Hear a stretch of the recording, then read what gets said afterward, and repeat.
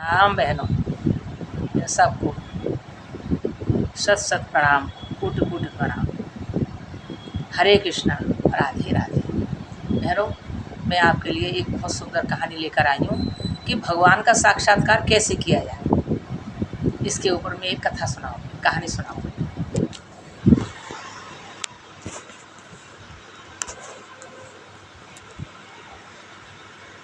बोलिए श्री गणेश भगवान की जय, श्री गुरुदेव भगवान उड़िया बाबा की जय, श्री श्री माता जी महाराज की जय, श्री हरि भैया की जय। माता जी महाराज आइए, मेरे हृदय में विराजिए सुंदर कथा का। बहनों, कथा शुरू करती हूँ जल्दी से जल्दी। गुरु पूर्णिमा वाले दिन की कथा है। हमारे प्रभु जी ने हमें सुनाई थी कि गुरु पूर्णिमा के दिन एक शिष्य अपने गुरु जी के पास आया। बोला, गुरु जी, मुझे भगवान के दर्शन करा दीजिए।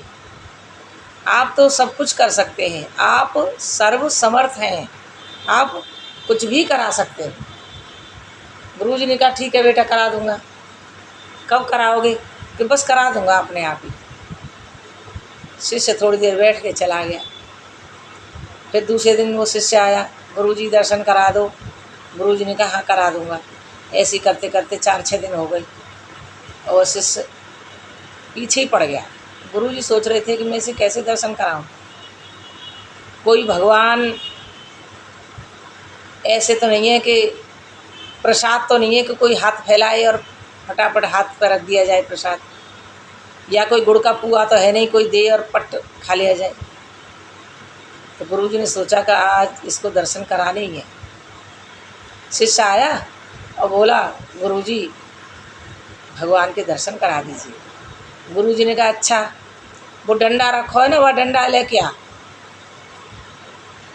वो ले आया, एक छोटा सा डंडा था। गुरु जी ने डंडा लिया और शिष्य के पैरों में दे डंडा दे डंडा दे डंडा कई मारे, और शिष्य एकदम घबरा के गिर पड़ा और रोने लगा। कहने लगा, अरे गुरु जी क्या कर रहे हो, क्या कर रहे हो? भगवान के दर्शन करा रहा हूँ। कि ऐसे होते हैं भगवान के दर्शन?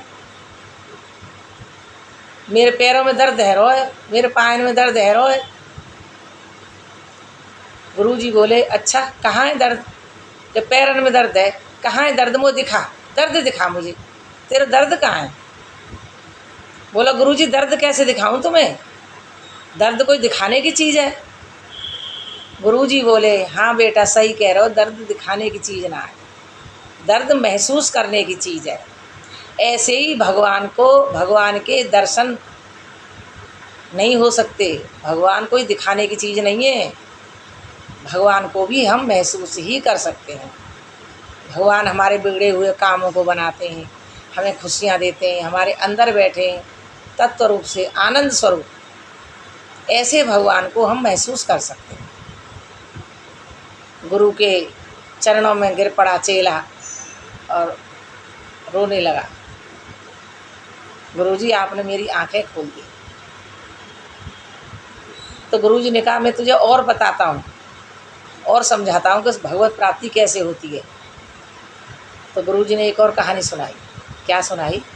कि एक बार एक व्यक्ति रात को 12 बजे के आसपास मंदिर के दरवाजे के गेट के बाहर बैठा हुआ अपने घुटनों में मुंह देकर रो रहा था। तेज तेज आवाज़ करके हिचकियाँ ले लेकर रो रहा था। कह रहा था, भगवान कैसे करूं, कहाँ जाऊं, मुझे इतने पैसों की ज़रूरत है, किससे मांगूं।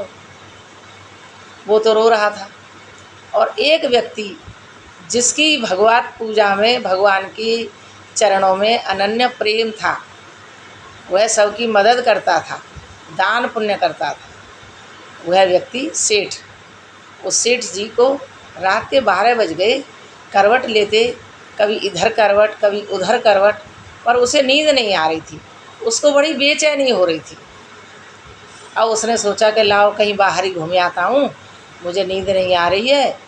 तो उसने गाड़ी की चाबी उठाई और अपनी जेब में एक 10,000 की गड्डी डाली और वह गाड़ी लेकर बाहर सड़क पर घूमने के लिए चला गया। वह धीरे धीरे गाड़ी चला रहा था और दोनों साइड देखता जा रहा था। धीरे धीरे चलते चलते वह उस मंदिर के गेट के बाहर जो व्यक्ति बैठा था उसे देखकर वह सेठ रुक गया। उसने गाड़ी रोकी और वह निकला गाड़ी से बाहर और उस व्यक्ति को जाकर हाथ लगाकर पूछने लगा, अरे भैया तुम क्यों रो रहे हो, क्या बात है? तो वह व्यक्ति बोला, क्या करोगे पूछ कर, मैं बहुत दुखी हूँ, परेशान हूँ, तुम क्या मेरे दुख को दूर कर दोगे?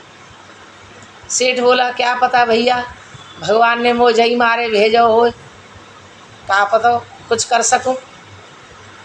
तो वह व्यक्ति बोला कि भाई साहब, मेरा एक ही बेटा है और मेरे कोई संतान नहीं है, तो मेरा बेटा बहुत बीमार है।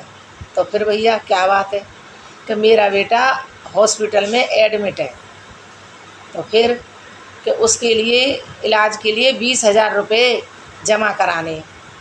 तो फिर कि 10,000 रुपये तो मैंने जमा करा दिए हैं और 10,000 रुपये मुझे और चाहिए, तो मैं किससे उधार मांगूं? और कोई मुझे दे देगा तो मैं उसकी एक एक पाई लौटा दूंगा। उस सेठ ने सोचा न समझा न पूछा न, और उसको 10,000 रुपये की गड्डी अपनी जेब से निकाल कर उसको पकड़ा दी।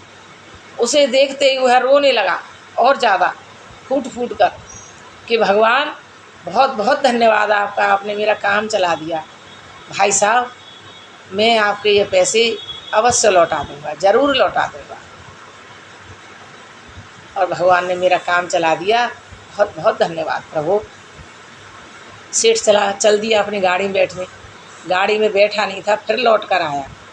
उसने अपनी जेब से अपना कार्ड जिस पर उसका नाम पता लिखा था वो उसे दे दिया। कहा, अगर और पैसों की ज़रूरत हो तो तुम इसी पते पर आ जाना। उसने कहा, ठीक है जी, धन्यवाद। वह कार्ड जेब में रख के और 10,000 रुपये जेब में रख के चला गया। उसने अपने बेटे का इलाज कराया, बेटा ठीक हो गया और वह पूरे 1 साल बाद उसी कार्ड के पते पर उस सेठ के यहाँ पहुँचा। सेठ जी कहाँ हैं, सेठ जी कहाँ हैं, इस नाम वाले सेठ जी के पास पहुँचा दिया उनके कर्मचारियों ने। सेठ जी ने उसको देखा, हाँ भाई क्या बात है, आप कौन हैं, कहाँ से आए हैं? तो वह व्यक्ति बोला कि सेठ जी, आपके कारोबार को देख के तो मैं समझ रहा हूँ आप बहुत बड़े सेठ हैं, आप मुझे भूल गए? देखो ये कार्ड आपका है। कि हाँ जी मेरा ही है। बोला, अरे मुझे याद आ गई, बहुत दिन हुए, आप रात को मंदिर के सामने बैठे थे, तब मुझे आप मिले थे। और उसने कुछ नहीं कहा, उसको निचाया नहीं, बेइज्जत नहीं किया। बहुत से तो कोई काम करे तो उसे फटाफट बता देते हैं। बोला, हाँ जी, कि तो मैं आपके 10,000 रुपये लौटाने आया हूँ, मेरे बेटा ठीक हो गया है और ये मेरे साथ आया है, हमने दोनों ने आपके पैसे जमा किए हैं और लौटाने आए हैं। तो सेठ ने पूछा कि तुम क्या काम करते हो? तो वह बोला कि हम मूंगफली की रेहड़ी लगाते हैं, हम दोनों बाप बेटे मूंगफली बेचते हैं, और मैंने बेटे को भी अलग रेहड़ी लगवा दी थी अपने में से आधा माल देकर, जिससे अलग अलग बिक्री होगी तो पैसे जल्दी जमा होंगे, वो लाए हैं। तो सेठ ने कहा, अब तुम ऐसा करो, अपने बेटे को तो पढ़ाओ, इसकी उम्र छोटी है, और तुम हमारे यहाँ नौकरी करो।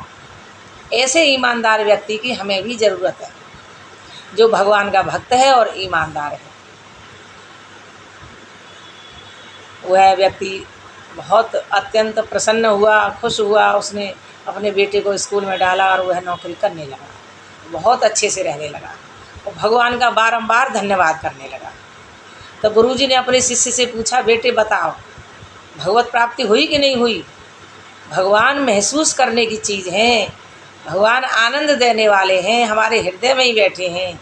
जब हमारा काम बन जाए हम हृदय में आनंदित होते हैं, वही भगवत प्राप्ति है, वह आनंद ही भगवान है, भगवत स्वरूप है।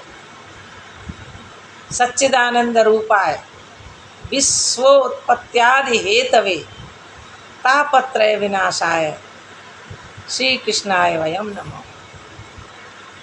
गुरुजी उनके चरणों में फिर पड़ गया, रोने लगा, कहने लगा, गुरुजी आपने मेरी जीवन बदल दिया, मेरी आंखें खोल दी, बहुत आनंद आ रहा है मुझे।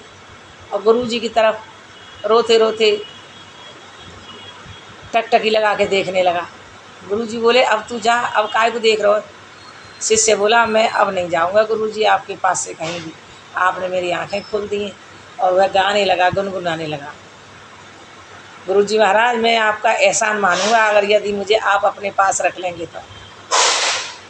श्री श्री मुरारी बापू जी गाते हैं, मुझे बहुत अच्छा लगता है, मैं भी गाऊंगी एक लाइन केवल, क्योंकि वीडियो बहुत बड़ी हो जाएगी।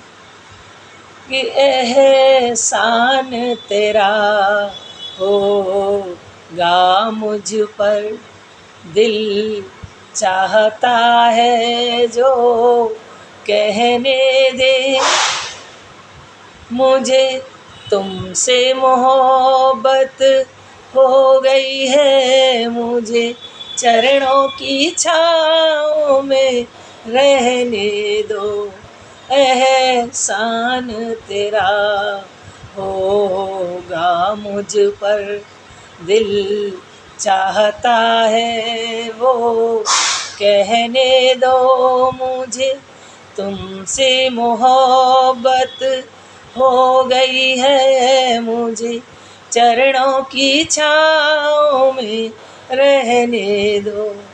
हरे कृष्ण हरे कृष्ण हरे हरे कृष्ण हरे कृष्ण हरे हरे राम हरे राम हरे राम हरे राम हरे, एहसान तेरा होगा मुझ पर। बहनों, आज की कथा यही विराम लेती है। बहुत सुंदर कथा है, आप देखें, शेयर करें, लाइक करें और सब्सक्राइब भी करें। तो मेरा आपको सबको राम राम, राधे राधे।